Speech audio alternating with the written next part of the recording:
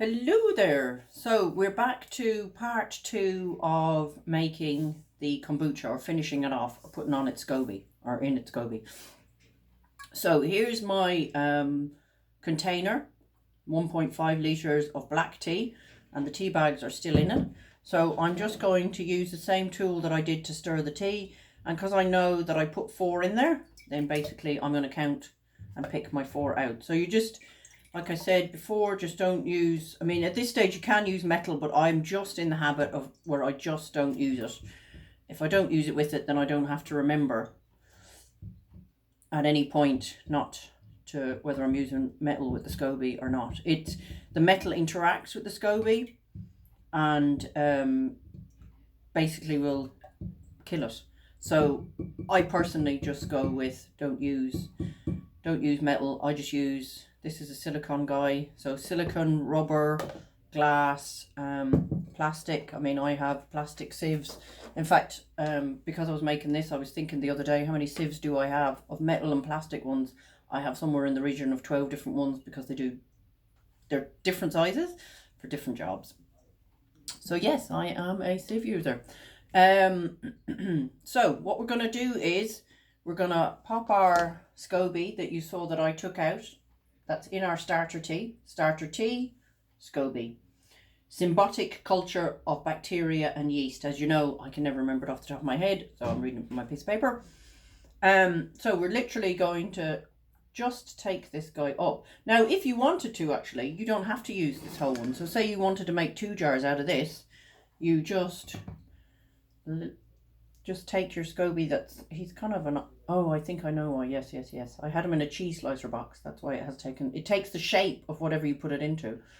So if I can find it, I'll find you a picture of a SCOBY that I found on a website, and it was, I think it was taller than the guy. It was about like 6 foot size or something.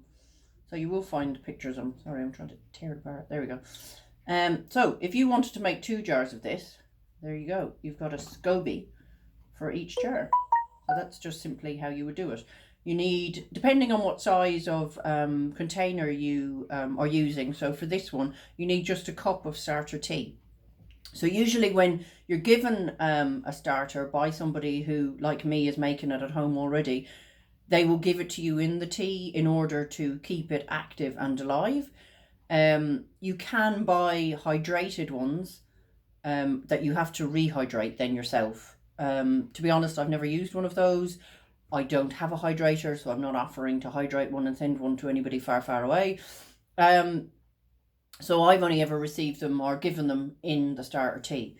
So what you do is you take, I'm going to put all these bits into this just because I have them all in here in this tea. And I know that that's about a cup in there, okay? So I'm just going to take my SCOBYs, put them into the top of my jar. So you can see it's kind of sunk down there, and it will float back up to the top.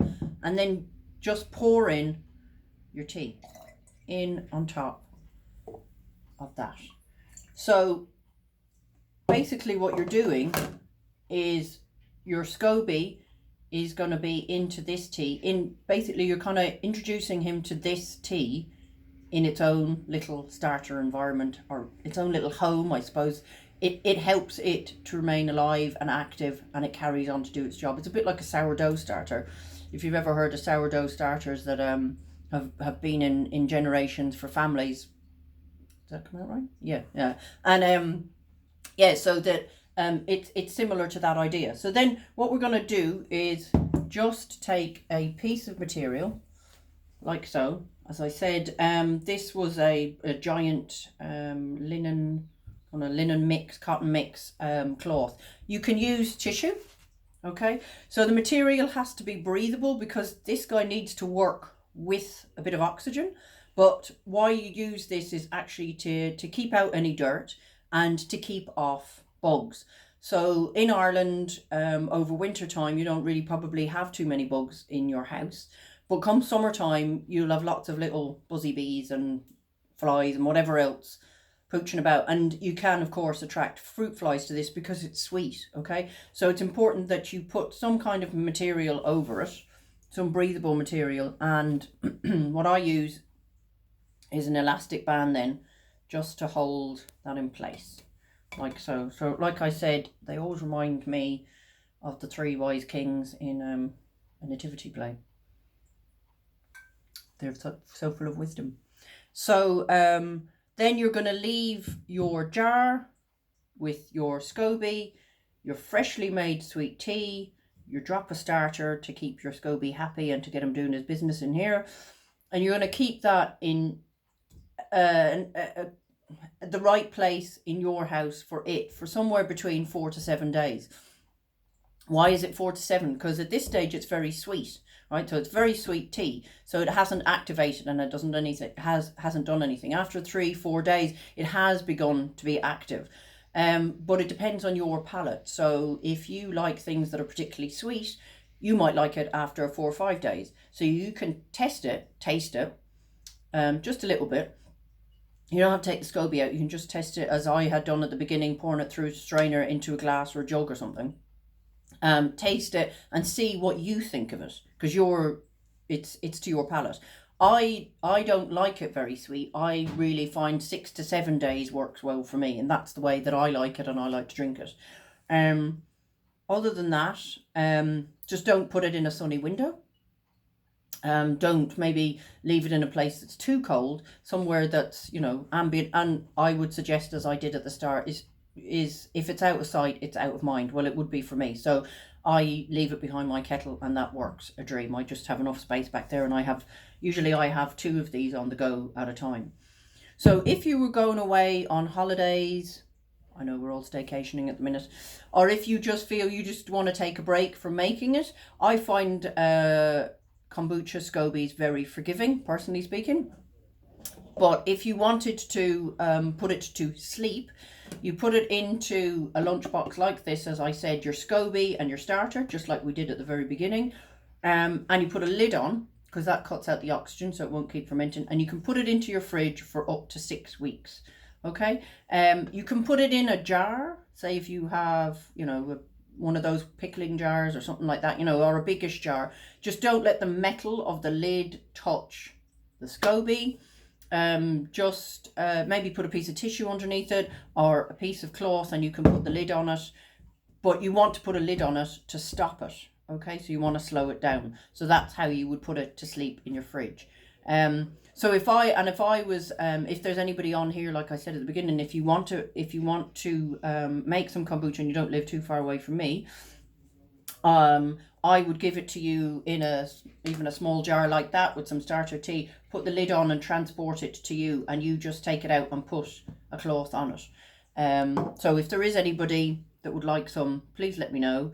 And I find it really amazing stuff. Look, you can buy kombucha in the shop. There's absolutely nothing wrong with it, but obviously it wasn't made yesterday.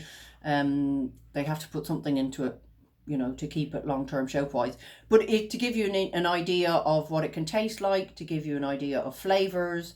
As I said, this one is made with black tea, but I usually make mine with a herbal tea. I really, really like peppermint, and I really, really like spicy chai.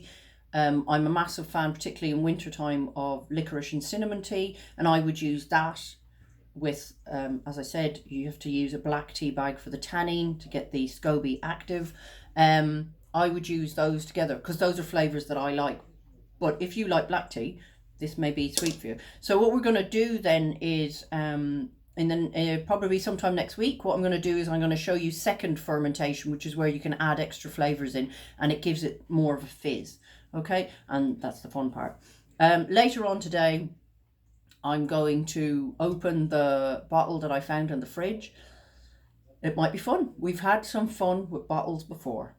And I'll save that story till then. And then you'll see the rest of my ensemble as well.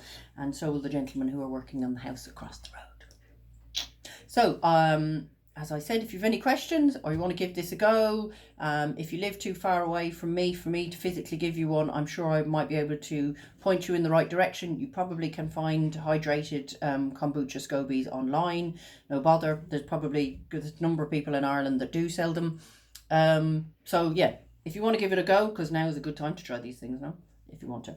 Anyway, I will see you later, and I hope you are getting to enjoy the sun. We didn't get the showers we were promised. So I heard on the radio, but so it's looking lovely outside. So enjoy and thank you.